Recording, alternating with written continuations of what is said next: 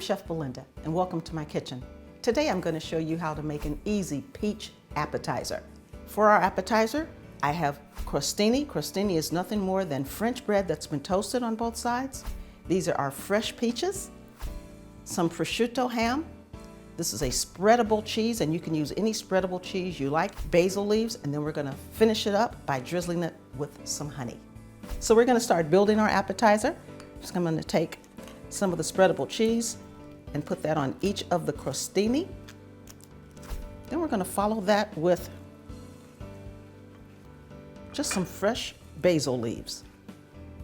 So we're going to take our peaches and just wrap them in a little bit of prosciutto ham and just set it on top.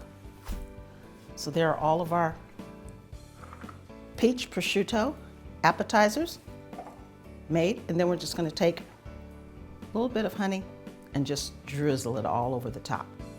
Peaches love honey. And there you have it, prosciutto peach appetizers on crostini.